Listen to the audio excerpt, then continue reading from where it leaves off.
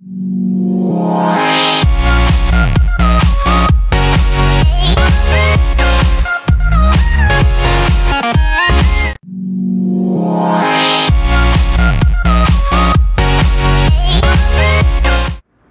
Assalamualaikum warahmatullahi wabarakatuh. Selamat siang.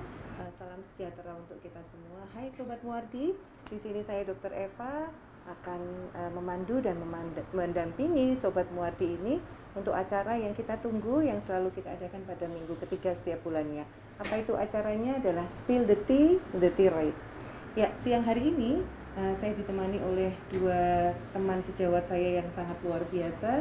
Yang topik yang akan kita angkat pada siang hari ini adalah kanker tiroid pada anak-anak. Ini tentunya topik yang jarang dibahas, tapi ini tentunya perlu diketahui oleh sahabat Muardi untuk bisa betul-betul mengetahui apa sih sebenarnya kanker tiroid pada anak dan bedanya apa dengan dewasa dengan topik-topik sebelumnya yang pernah kita bahas. Sebelum itu kayaknya tak kenal maka tak sayang ya dok. Kayaknya kita harus mengenal dua teman sejawat kami yang akan bergabung pada topik siang pada hari ini. Yang pertama Dr. Anang Girimulyo, spesialis anak konsultan.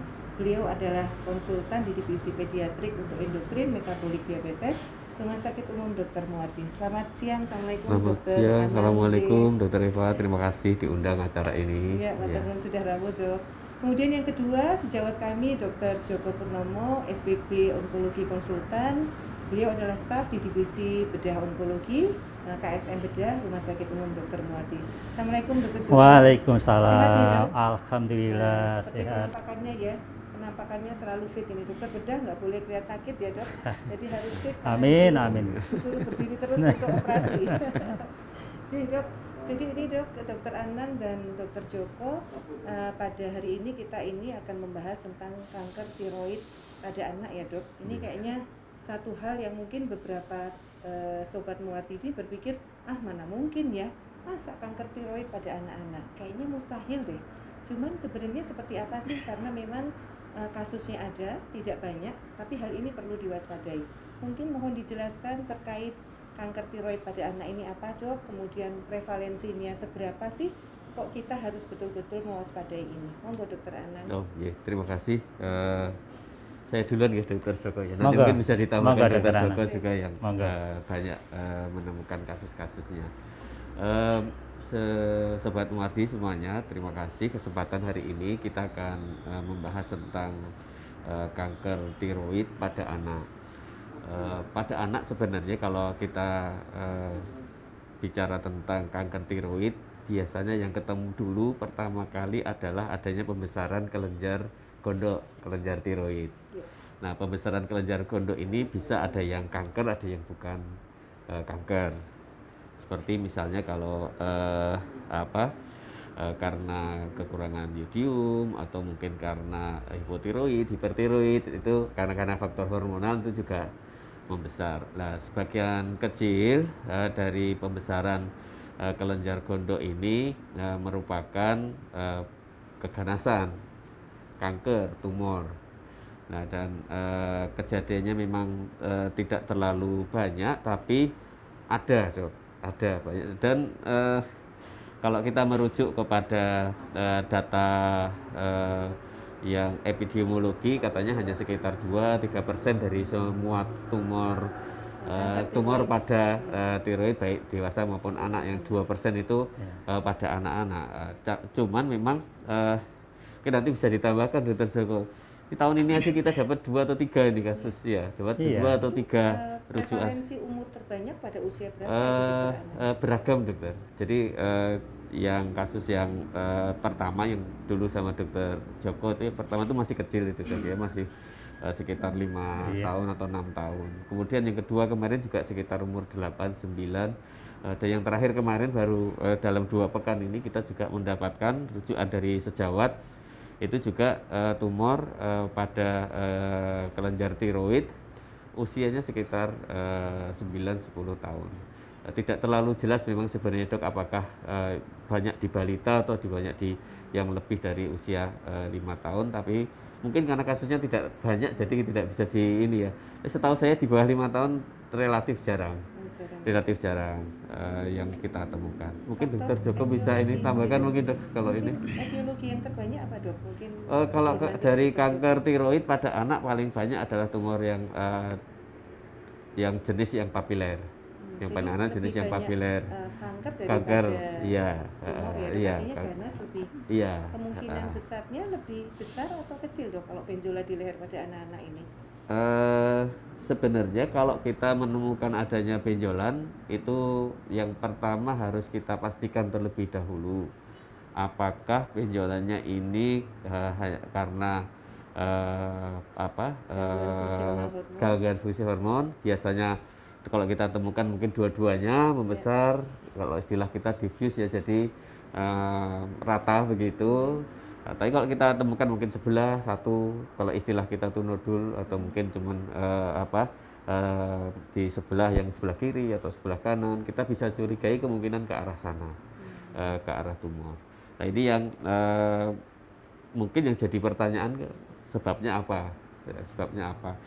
Setahu saya, sebagaimana juga penyebab tumor-tumor yang lain, kanker yang lain, relatif kita tidak bisa prediksi penyebab-penyebabnya seperti apa. Tapi ada satu yang di anak itu kalau yang mereka membesar karena autoimun, yang Hashimoto itu atau mungkin yang Graves itu ada beberapa yang dia berkembang menjadi tumor, menjadi kanker. Sehingga yang mungkin yang mereka membesar karena faktor hormon pun kita tetap perlu waspadai kemungkinan berkembang ke arah menjadi tumor atau keganasan. Ya, sebenarnya mungkin hampir sama pada dewasa ya Dok? Hampir sama. Jadi ya. artinya terjadi benjolan di leher, ini juga bisa gangguan fungsional, tapi juga harus kita cari kalau ini nodul, apakah ini sebagai tumor atau kanker yang jinak, tumor yang jinak ataukah yang ganas yang kita sebut sebagai kanker. Mungkin bisa ditambahkan Dokter Joko, pengalaman dokter mungkin tidak hanya di Rumah Sakit Muardi Dok, terkait kasus kanker tiroid pada anak ini Dok. Baik, terima kasih. Saya sapa dulu Sobat Muardi yang sudah gabung. Assalamualaikum, selamat siang, salam sehat untuk kita semuanya.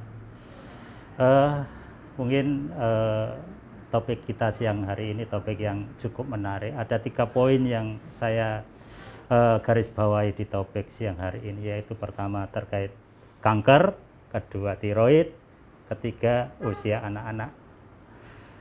Tadi disampaikan oleh Dr. Eva, apakah mustahil kanker tiroid pada anak? Tidak ada yang mustahil.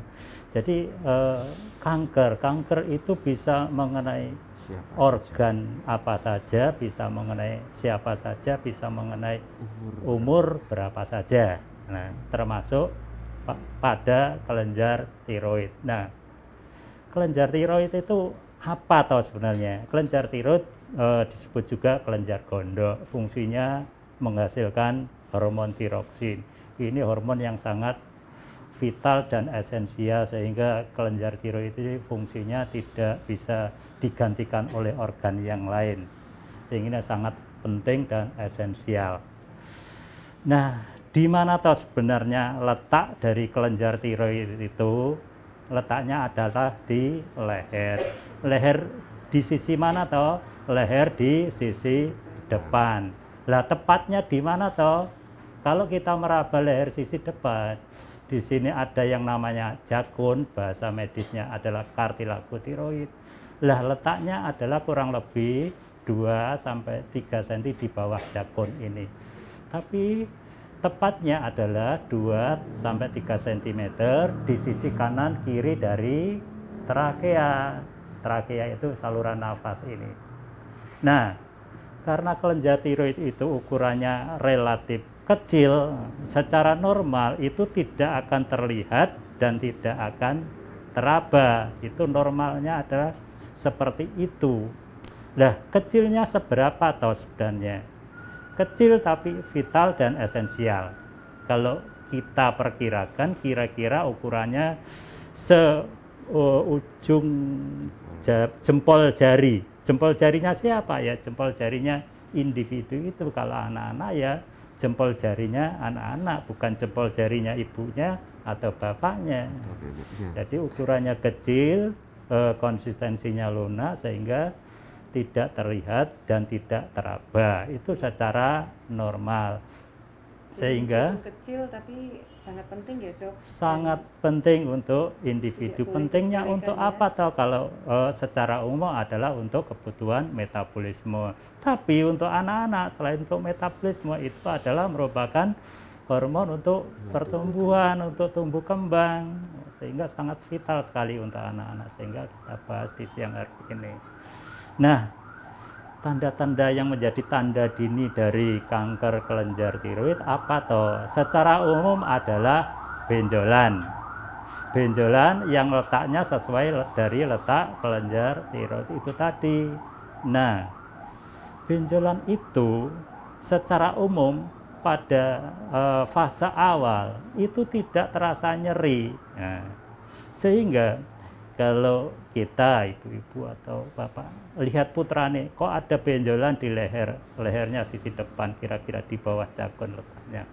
Nah, dilihat benjolan itu kok ketika putrane ikut ketika menelan makanan atau minum kok ikut bergerak naik turun. Nah, itu tanda, salah satu tandanya. Nah.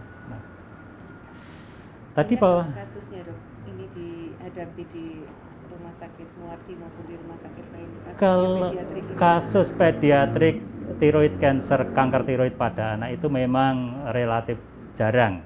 Tadi sudah disampaikan oleh Dr. Anang bahwa prevalensinya hanya 2-3% dari keseluruhan kanker tiroid baik pada anak maupun dewasa. Tapi meskipun prevalensinya itu kecil, kita jangan sampai terlena. Jangan sampai ada keterlambatan kalau ada kasus-kasus seperti ini. Karena bahwa ini tiroid merupakan organ yang sangat vital, sangat penting. Ya. Tadi sempat disinggung, apa toh sebenarnya penyebabnya tuh. Nah, masing-masing kanker itu, kalau semua kanker, kalau kita bicara tentang penyebab, pasti arahnya penyebabnya adalah multifaktor. Ya. Kalau kita bagi secara dua, faktor itu bisa faktor internal atau dari dalam tubuh sendiri, atau bisa dari luar tubuh. Nah, dari dalam tubuh bisa karena memang kerentanan fisik itu memang cukup rentan terhadap kemungkinan terjadinya kanker. Dari luar tubuh bisa, kalau tiroid itu kalau kita banyak baca-baca buku, ini kebanyakan karena faktor radioaktif, radiasi radioaktif. Dan satu hal lagi yang tadi sudah disampaikan terkait kanker apapun, bahwa kemungkinan bisa karena faktor yang sifatnya sporadik dan tidak bisa diprediksi. Sporadik and unpredictable, itu kanker apapun bisa, termasuk kanker tiroid pada anak-anak ini. Termasuk faktor genetik juga ya Dok? Bisa, yang juga mempengaruhi itu dari faktor internal individu tadi. Jadi kalau tadi bahwa paparan bahan-bahan yang menyebabkan kanker itu memang bisa untuk bisa menyebabkan terjadinya kanker, itu paparan itu harus terpapar berulang, dan terjadinya tidak sebulan 2 bulan terpapar bahan yang menyebabkan kanker itu terus akhirnya terjadi kanker, memang enggak. Jadi faktornya memang multifaktor, dan paparan itu perlu waktu yang istilahnya multi hit dan multi step, bertahap, dan perlu waktu yang jangka waktu yang cukup lama. Terkait faktor risiko yang dijelaskan Dokter Joko tadi, kira-kira manfaatnya apa Dok? Kita tahu etiologi ini Dok. Apakah dari etiologi ini nantinya mungkin Sobat Muardi jadi tahu nih, berarti mungkin kalau misalnya tadi paparan, tadi yang disebut paparan itu apakah mungkin paparan kimia, kemudian polusi udara, atau apa nih Dok yang mungkin nantinya bisa menjadi satu wawasan untuk Sobat Muardi bahwa oh berarti preventif apa yang harus dilakukan agar saya terhindar dari paparan yang sifatnya kronik atau lama yang nanti bisa berpotensi nih saya maupun generasi keturunan saya terkena kanker, terutama kanker tiroid ini, Dok. Baik, terima kasih. Jadi kita kalau bicara pencegahan itu pencegahan ada namanya pencegahan primer dan pencegahan sekunder. Nah, ini terkait tadi bahwa penyebab itu ada dari faktor individu terkait genetik tadi. Memang ada kanker dari kelenjar tiroid itu yang sifatnya terkait faktor genetik. Kalau kita secara medis bilang karsinoma tiroid tipe medulare itu terkait dengan faktor genetik. Yang tipe tadi disebutkan sekilas tipe papilare pun juga ada yang terkait genetik meskipun itu rendah.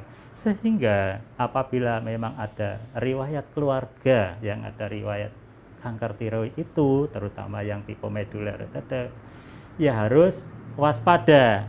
Cara waspadanya bagaimana toh? Ya tadi tanda-tanda itu diperhatikan, di leher ada sesuatu apa enggak, sesuatu itu utamanya benjolan, baik itu dilihat, diraba, kalau memang ada sesuatu ya meski harus segera dikonsultan. Namun perlu diperhatikan batas antara waspada dan was-was itu tipis, sehingga kalau waspada itu berlebihan yang muncul adalah was-was itu yang kurang tepat. Bisa was-was ini berlanjut kepada sesuatu yang justru takut, khawatir, akhirnya malah tidak periksa dan konsultasi ya, Dok. Ini yang Sobat Muardi nggak boleh nih, jadi harus waspada, tetapi bukan was-was, tapi Anda harus mencari kejelasan sebenarnya apa ini, tentunya kepada yang memang kompeten di bidangnya. Salah satunya adalah dokter tentunya ya, Dok. Jangan salah tanya tiroid nanti sama Mbak Dukun atau nanti tanya kepada yang lain. Tentunya ini harus benar. Dok, kayaknya topik kita sangat menarik. Kita mungkin jawab beberapa pertanyaan dari Sobat Muardi ya, Dok. Baik. Ini ada satu dari Facebook, ada pertanyaan dari Ibu Ida Sugiyarti. Pertanyaannya, selamat siang, Dok, apakah bayi baru lahir bisa terkena penyakit kanker tiroid ini dan bagaimana mendeteksinya?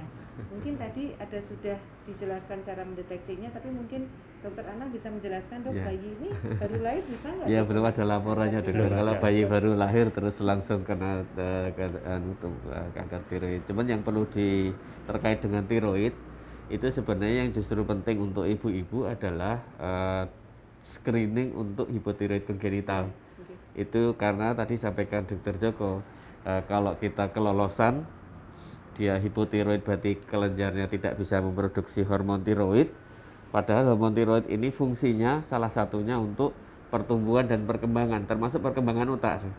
Jadi kalau dari lahir misalnya kadar hormon tiroidnya rendah, tidak mencukupi, istilah kita tidak adekuat, otomatis pertumbuhan dan perkembangannya terganggu. Justru yang paling penting kalau yang sedang hamil, kemudian bayi baru lahir, siapkan begitu bayi lahir itu lakukan screening untuk kemungkinan hipotiroid kongenital. Tapi itu mungkin nanti sesi yang lain ya, Dok ya, kapan-kapan yang kita akan bicara tentang itu.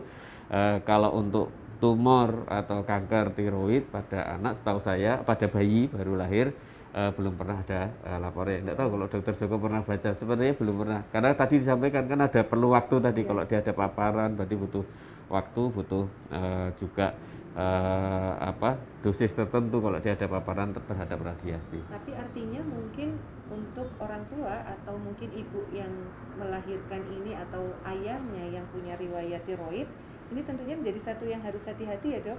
Artinya tadi disampaikan bahwa yang pertama kali begitu lahir justru apakah ada gangguan fungsional ke arah hipotiroid kongenital yang ini akan justru membahayakan perkembangan dari janin tersebut atau bayi tersebut. Tapi kalau untuk kanker tiroid pada bayi baru lahir sepertinya datanya belum ada ya, Dok. Ya mungkin ini tentunya tetap harus waspada. Iya, tapi jangan was-was tadi. Tapi jangan was-was tadi, Dok. Jadi waspada tapi jangan was-was, dan tentunya Anda bisa konsultasi tadi kepada dokter jika memang menemukannya. Dan cara mendeteksinya sepertinya tadi sudah disampaikan ya dari Dr. Joko Purnomo terkait bagaimana mendeteksi kanker tiroid pada anak ini tadi. Lanjut, Dok, ini dari Urban Legend 79. Dok, katanya kanker tiroid bisa karena radiasi. Radiasi apa saja yang berbahaya dan bisa menyebabkan kanker tiroid ya dok? Karena pekerjaan saya tiap hari terpapar radiasi. Nah ini bagaimana dok, Dokter Joko mungkin? Jadi radiasi yang dimaksud di sini adalah sinar radioaktif. Kalau sinar radioaktif itu dosisnya rendah, saya kira juga tidak masalah. Tapi kalau terpaparnya itu berulang, itu yang jadi masalah. Jadi kalau sinar radiasi yang cukup perlu diperhatikan adalah sinar radiasi yang digunakan untuk radioterapi, itu dosisnya memang tinggi. Sehingga kalau memang pekerjaan sehari-hari itu memang ada kaitannya dengan sinar radioaktif, ada baiknya memang di leher itu ada pelindung yang namanya thyroid sheath. Jadi untuk pekerja-pekerja di tempat radiasi umumnya ini pakai pelindung yang namanya thyroid sheath, itu bahannya dari timbal. Itu yang bisa saya sampaikan. Jadi artinya kalau mungkin buat Urban Legend 79 ini, artinya kalau memang Anda berpotensi terkena papar radiasi, mestinya ada satu proteksi ya dok yang harus disediakan oleh perusahaan ini, terkait memang resikonya sangat tinggi karena tentunya tempat pekerjaan ini karena terpapar terus, sehingga proteksi ini harus betul-betul dipakai dan dipersiapkan dengan baik. Kemudian ini dok, tadi yang menarik juga terkait bahwa kanker tiroid pada anak ini kan jarang, tetapi kalau sudah terjadi, apakah pengobatannya atau pilihan terapinya itu sama dengan kanker tiroid pada anak-anak? Ini pertanyaan yang pernah juga sering ditanyakan. Jadi apakah ada perbedaan pertimbangan khusus? Mungkin dari dokter anak dulu dok, dari aspek pediatrik, dokter anak ini apakah memang punya pilihan yang lebih superior dulu dilakukan pada kanker tiroid yang mungkin berbeda dengan pada dewasa? Monggo dok. Terima kasih dokter Eva. Mungkin nanti dokter Joko juga bisa ditambahkan. Jadi kalau di kita sama, kalau ketemu ada benjolan di tiroid, kita harus pastikan apakah itu kanker atau bukan. Dan biasanya kita akan pertama melihat satu besarnya, kemudian dua lokasinya, kemudian besar termasuk apakah sudah sampai ada penekanan, kemudian kita juga akan melihat dari hasil kalau memang nanti dilakukan pemeriksaan patologi anatomi, nanti akan kita lihat dan dari sana biasanya kita akan bisa menentukan apakah ini termasuk yang ganas atau bukan, yang harus segera dioperasi atau bukan. Saya pikir kayak bersama tuh nanti dengan dokter Joko. Biasanya karena kita biasanya terus diskusikan karena di tempat kita tidak akan memutuskan sendiri ketika ada kasus, dan selalu dipertimbangkan manfaat dan kerugiannya. Karena itu tadi kalau misalnya berpikir bahwa yang penting diambil semua begitu, padahal badan kita apalagi anak-anak butuh untuk pertumbuhan, sehingga itu pasti nanti akan jadi permasalahan tersendiri. Kemudian kalau di kita biasanya kita kolaborasikan, kemudian kita tentukan apakah ini akan dilakukan operasi atau tidak. Kadang-kadang dalam kasus-kasus tertentu ketika kita mempertimbangkan keuntungan dan kerugiannya, kemudian tidak jelas bahwa dia itu keganasan, biasanya kita wait and see, nunggu, kita evaluasi secara berkala. Biasanya dibantu juga dengan pemeriksaan-pemeriksaan seperti USG untuk memastikan apakah kondisinya ini semakin berat atau tidak. Itu kira-kira, mungkin kalau dokter Joko bisa tambahkan. Mungkin bisa ditambahkan dok, kapan sebenarnya kanker tiroid pada anak ini harus diambil, dan apakah diambilnya harus total dok, atau sebenarnya kalau nodulnya hanya di kanan ya cukup mungkin diambil kanan saja, atau bagaimana dok pertimbangan yang membedakan dengan pada kasus dewasa? Jadi memang perlu pertimbangan yang istilahnya benar-benar matang, sehingga untuk penanganan kanker tiroid pada anak itu kita tim, sehingga untung dan ruginya itu benar-benar sudah dipertimbangkan untuk penanganannya. Jadi perlu digarisbawahi, tidak semua tumor, tidak semua benjolan pada kelenjar tiroid itu adalah kanker, sehingga sebelum melangkah ke tindakan operasi mesti harus dipastikan dulu ini kanker atau bukan. Manakala ini sudah terdiagnosis bahwa ini kanker, ya mesti harus ada pemeriksaan-pemeriksaan atau data-data lebih detail lagi bahwa jenis kankernya itu apa, karena kanker kelenjar tiroid itu ada yang memang grade-nya itu rendah, ada yang grade-nya tinggi, kemudian ukurannya sampai seberapa, sudah ada penjalaran keluar ke organ tiroid atau belum. Manakala ukurannya masih kecil, masih terlokalisir pada satu lobus kelenjar tiroid, itu masih bisa memungkinkan yang diangkat hanya satu sisi saja, misalnya yang kena hanya sisi kanan, itu bisa yang diangkat hanya sisi yang kanan, sehingga tiroid yang kiri masih bisa berfungsi secara normal.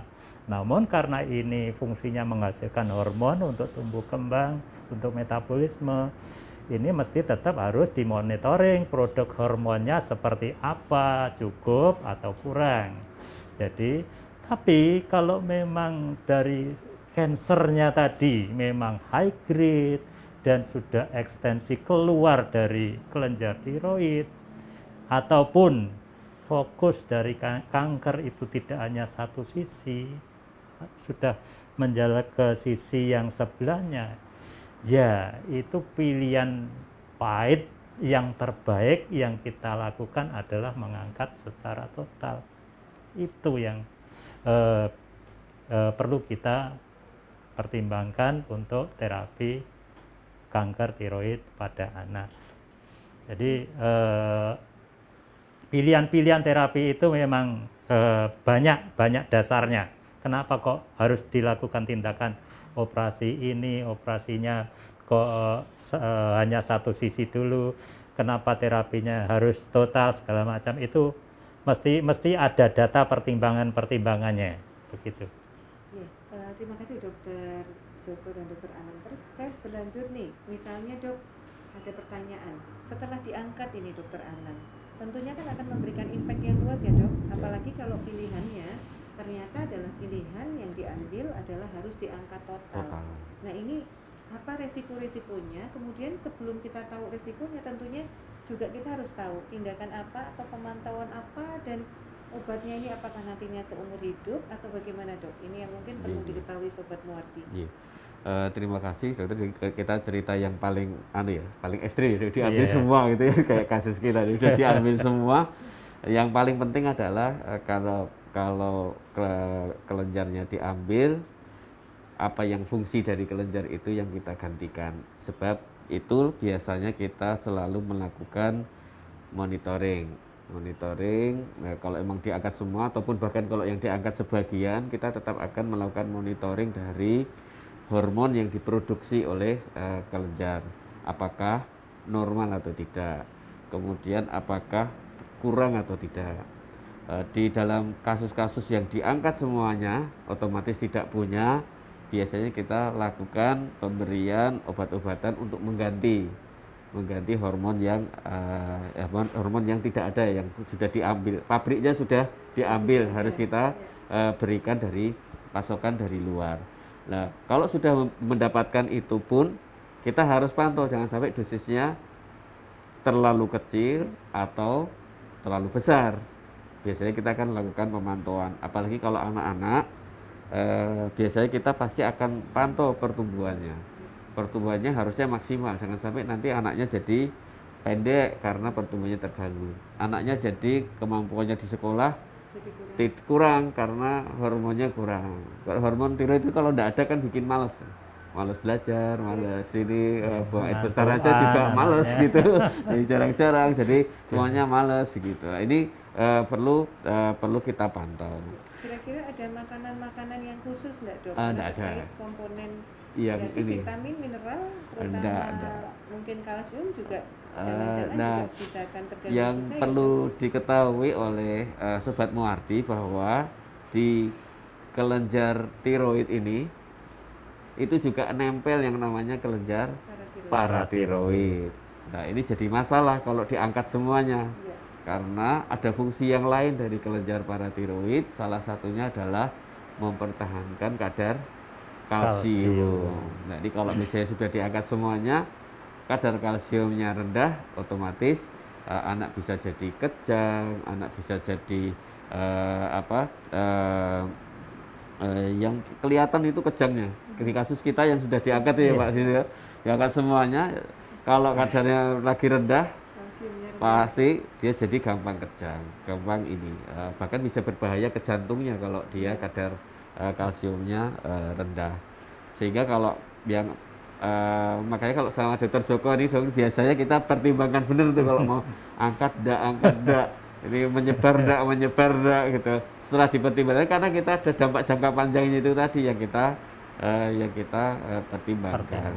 Ya. Demikian.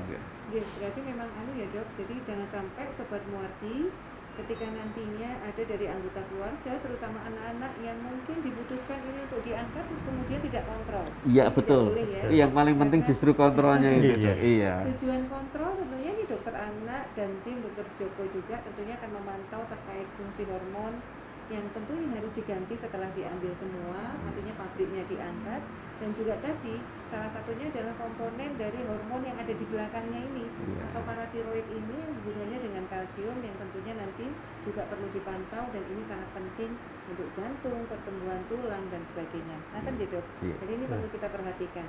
Dok, ini kayaknya ada yang tertarik juga untuk kita ajak diskusi. Ini dari Bu Sulistiorini.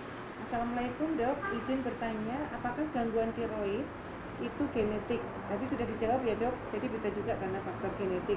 Saya terdiagnosis hipertiroid tahun 2009 dan tahun 2015. Saya hamil, apakah anak saya kemungkinan besar juga mengalami gangguan tiroid? Saya sudah di tiroidektomi bulan Februari 2022 kemarin Dok, terima kasih. Jadi tadi sepertinya juga sudah dijelaskan ya Dok, kalau seorang ibu yang hipertiroid atau hipotiroid, dan dalam pengobatan tentunya ini harus diwaspadai terkait salah satunya kalau hipertiroid ibunya, bayinya hati-hati untuk terjadinya hipotiroid kongenital, dan tentunya ini saat lahir butuh ada bukan saat lahir ya Dok, mungkin di antenatalnya juga harus diawasi ya Dok, terkait perkembangan janinnya apakah normal, kemudian juga sehat, organnya lengkap dan sebagainya, dan membutuhkan perhatian yang khusus karena berarti ini kehamilan yang berisiko tinggi, dan monitoringnya tadi yang disampaikan Dokter Anang, artinya setelah lahir apakah ada hipotiroid kongenital. Jadi kalau hipotiroid itu dimana hormonnya TSH-nya itu tinggi dan free T4-nya itu sangat rendah. Nah ini yang harus diwaspadai. Mungkin tadi sudah dijelaskan. Terus kemudian ini Dok, ada pertanyaan dari Gloria Esther Tielman, apakah ibu menyusui dengan hipertiroid dan saat ini masih mengkonsumsi obat tiroid rutin, apakah ASI bisa menularkan hipertiroid kepada bayinya? Terima kasih Dok. Ya, jadi ini bukannya Dokter Eva nih, saya kan ibu menyusui. Setahu saya sih kalau di di guideline-nya masih tetap boleh menyusui. Ya, jadi ada caranya. Iya.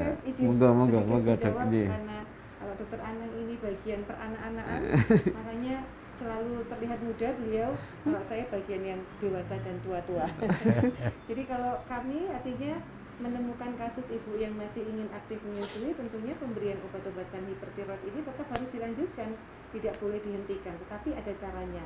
Jadi ada beberapa obat, misalnya PTU, propiltiuracil ini diberikan tentunya karena dia juga bisa lewat ASI obat ini, sehingga ketika 1 atau 2 jam setelah minum obat ini sebaiknya memang bayi diminumkan air susu yang sudah ditampung.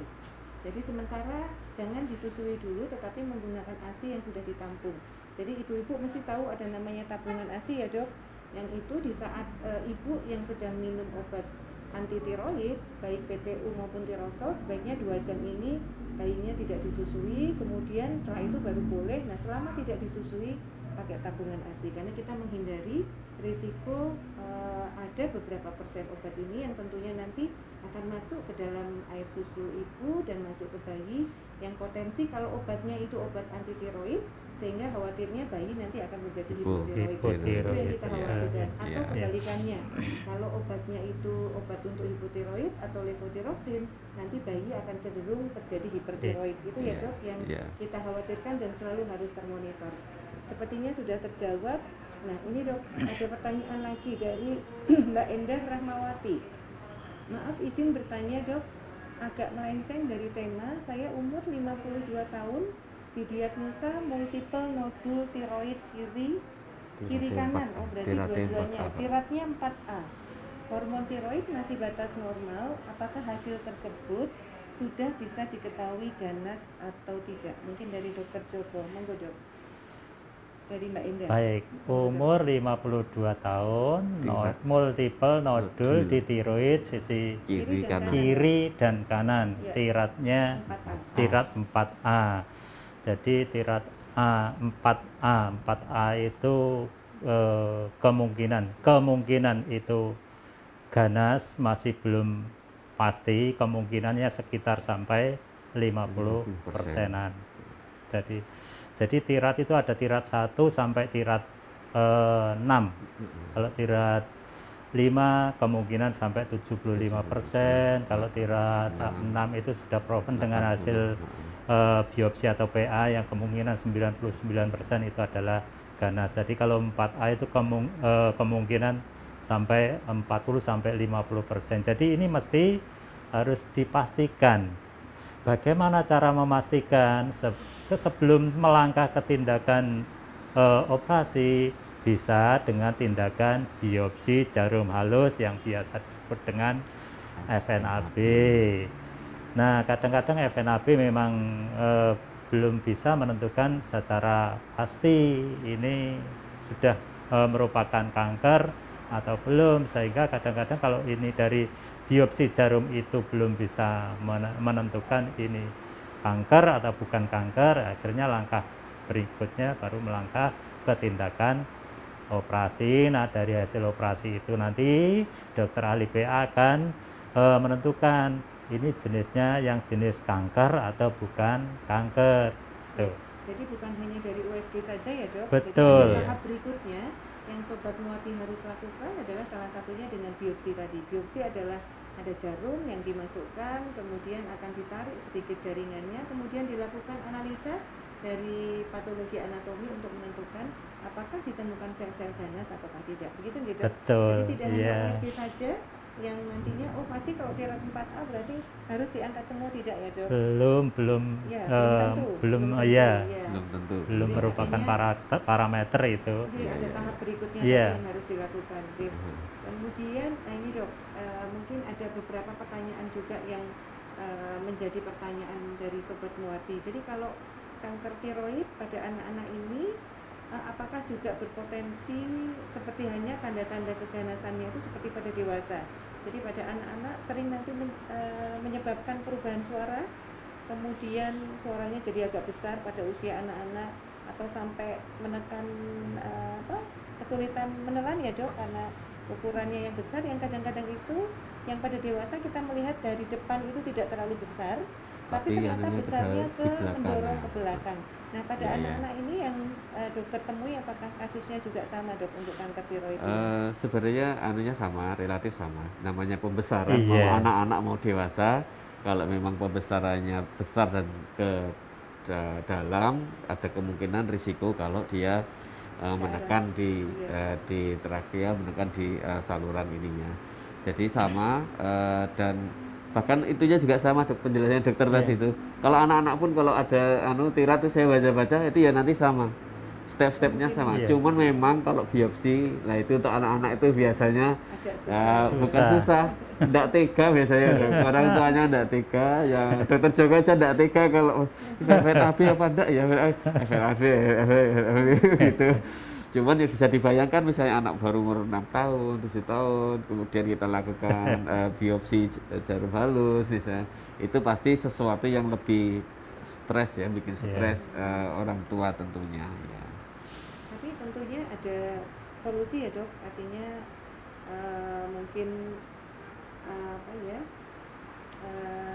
bius yang lokal atau apa gitu atau gimana dok? Karena biar Sobat Muardi juga tahu, oh kalau anak-anak saya misalnya memang harus dibiopsi itu ada teknologi atau mungkin cara yang nanti akan dilakukan, yang tentunya itu bisa mengatasi kekhawatiran orang tua terhadap anak yang dibiopsi tadi disampaikan jarum dimasukkan ini, apalagi dalam kondisi anak-anak sadar ya dok. Iya. Nah, ini satu luar biasa ini ya.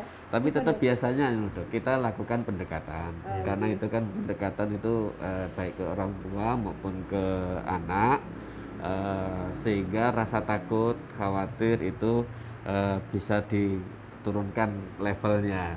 Itu biasanya cukup sangat membantu sekali untuk teman-teman dari patologi anatomi kalau melakukan.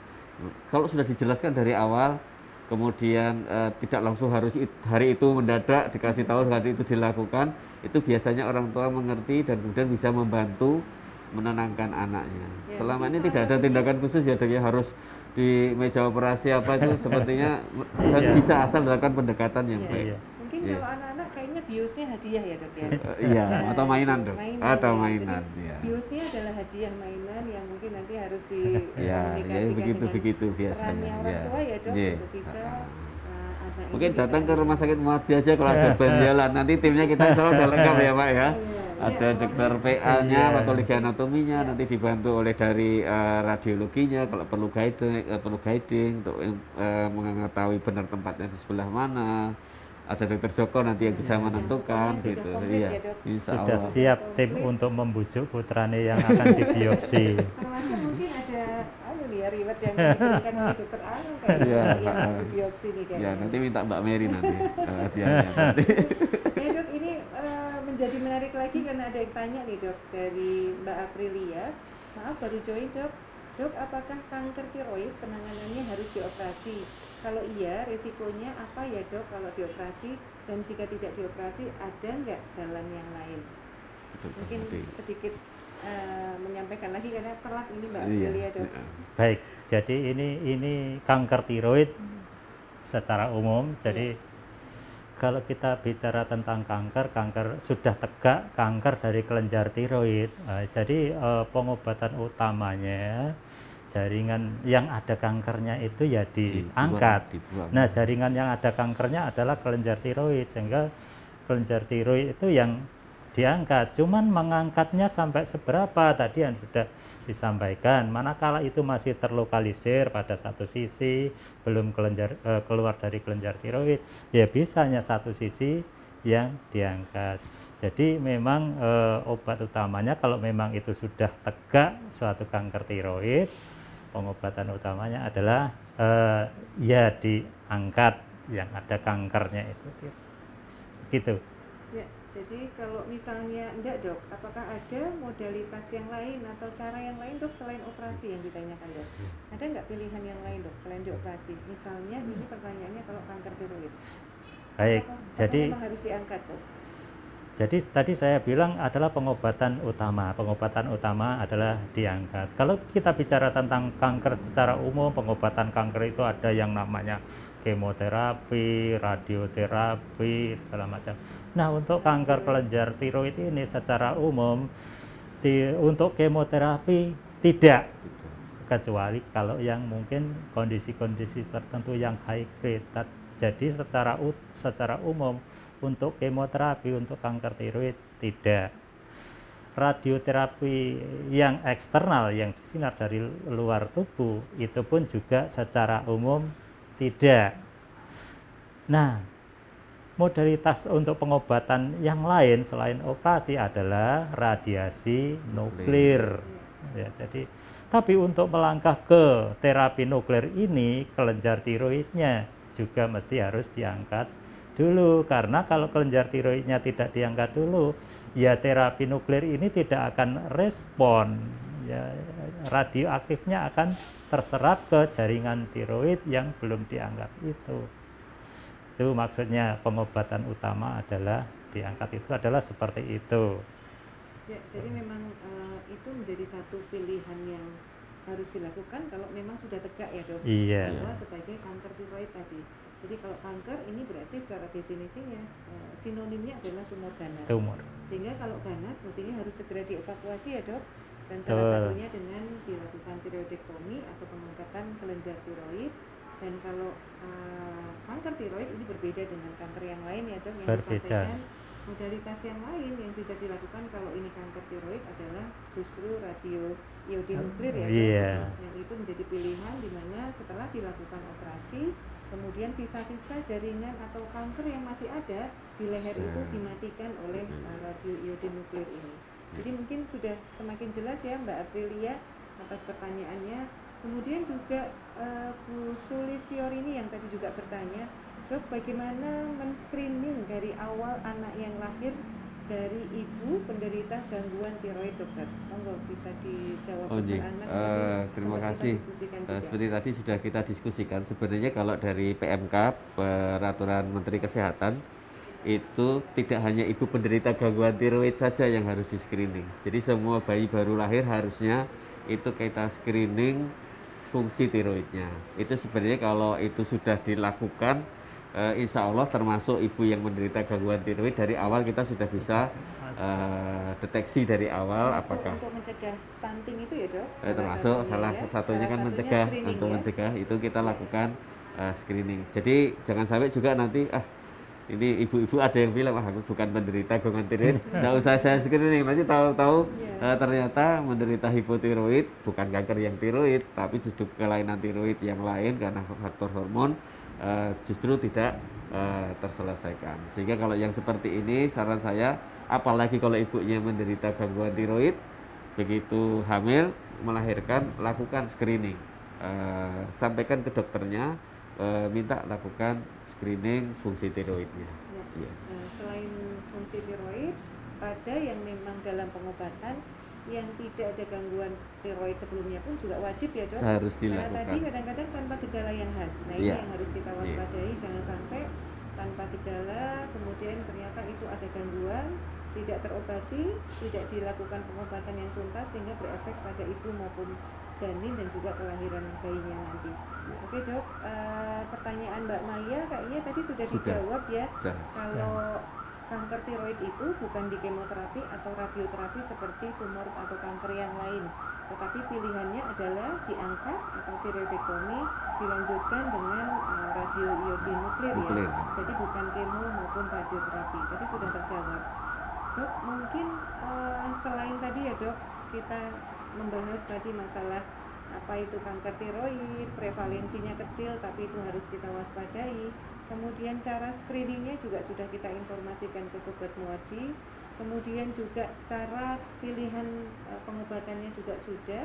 Kira-kira kalau pasien ini sering juga bertanya, Dok, prognosis atau harapan untuk kanker tiroid pada anak ini kira-kira bagaimana ya, Dok?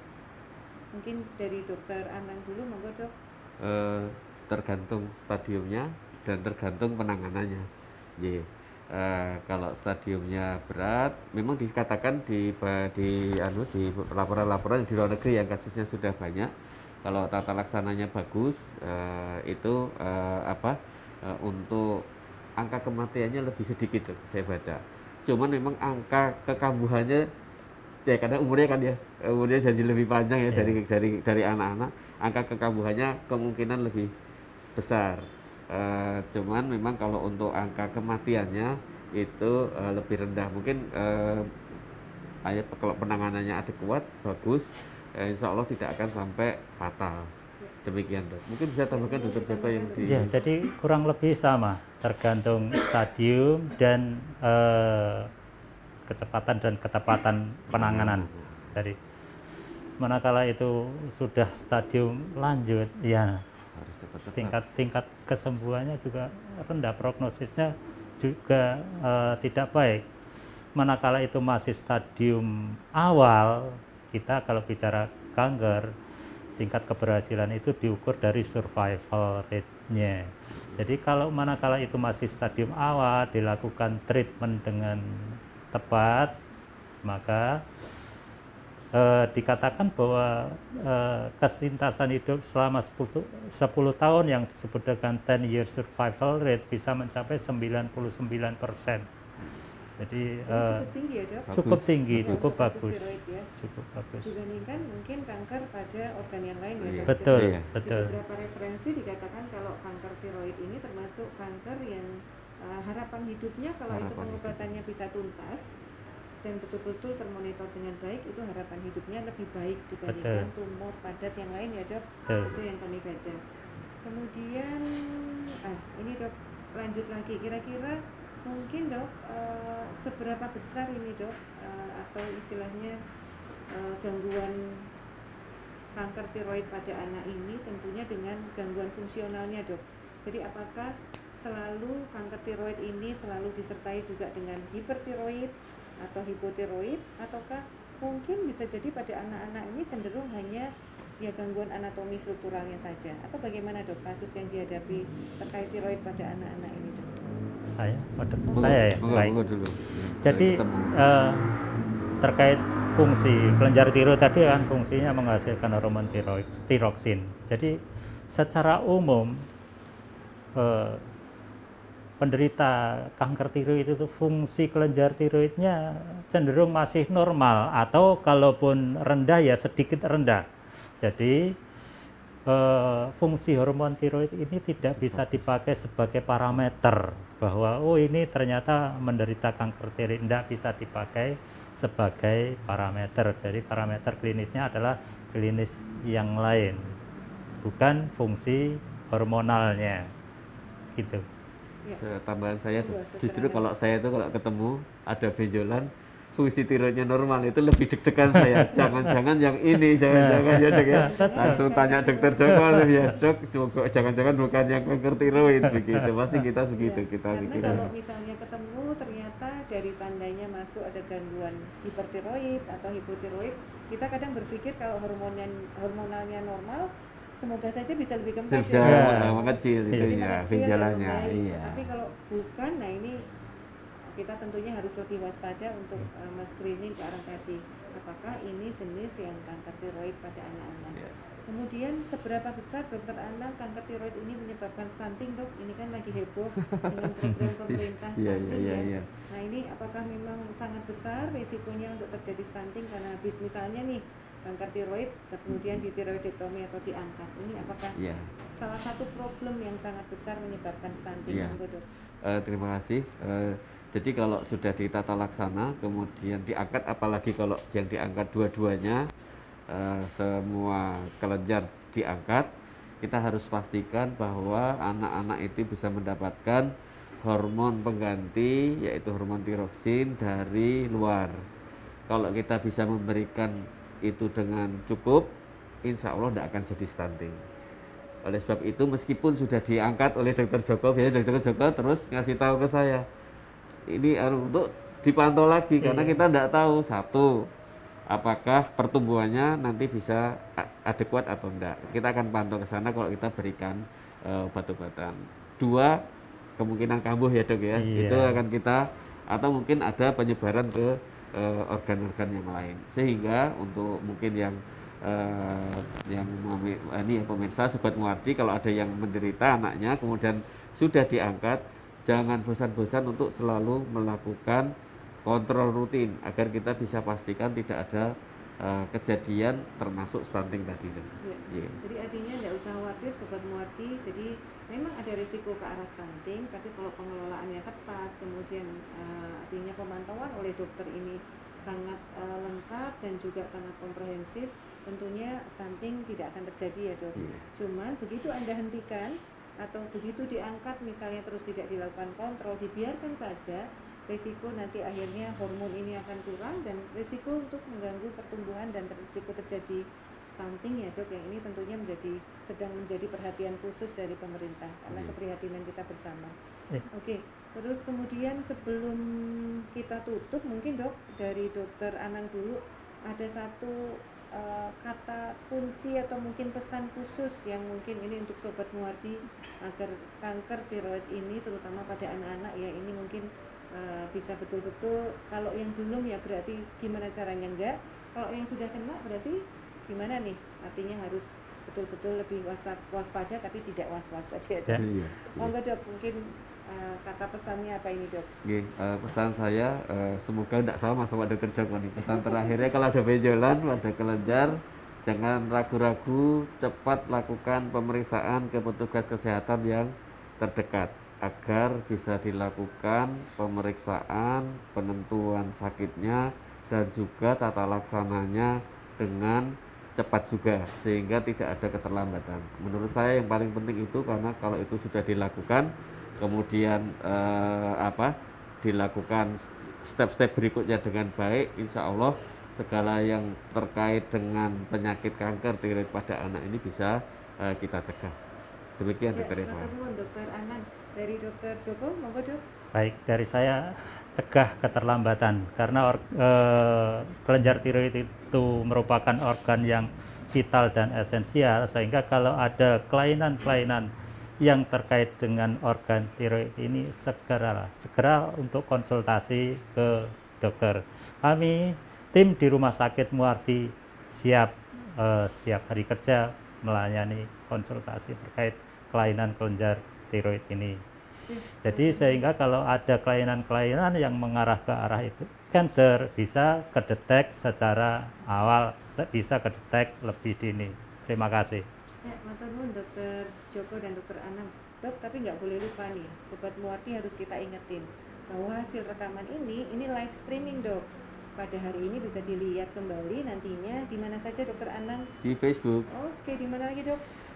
Di YouTube. Nah, dan juga ini tentunya YouTube-nya, Facebook-nya, Instagram-nya RSUD Dr. Muardi ya Dok. Terus jangan lupa juga like, follow, subscribe, dan share juga nih Sobat Muardi ke akun media sosial kita RSUD Dr. Muardi, baik Facebook, kemudian Instagram, yang tentunya ini akan membuat menjadi duta-duta informasi yang penting untuk masyarakat kita. Terima kasih sekali Dokter Anang. Sama-sama. Luar biasa Dokter Joko. Matur nuwun, di kesibukannya bisa menyempatkan untuk di-spill the tea tiroid kita Dok di acara yang rutin setiap bulan nanti akan kita laksanakan pada minggu ketiga setiap bulannya dengan topik-topik tentunya yang akan sangat menarik, selalu berganti-ganti, sehingga Sobat Muardi tidak akan pernah bosan dan kita selalu memberikan edukasi tiroid dengan lengkap di Rumah Sakit Umum Dr. Muardi. Terima kasih, kami ucapkan semoga bermanfaat. Assalamualaikum warahmatullahi wabarakatuh. Selamat siang. Terima kasih.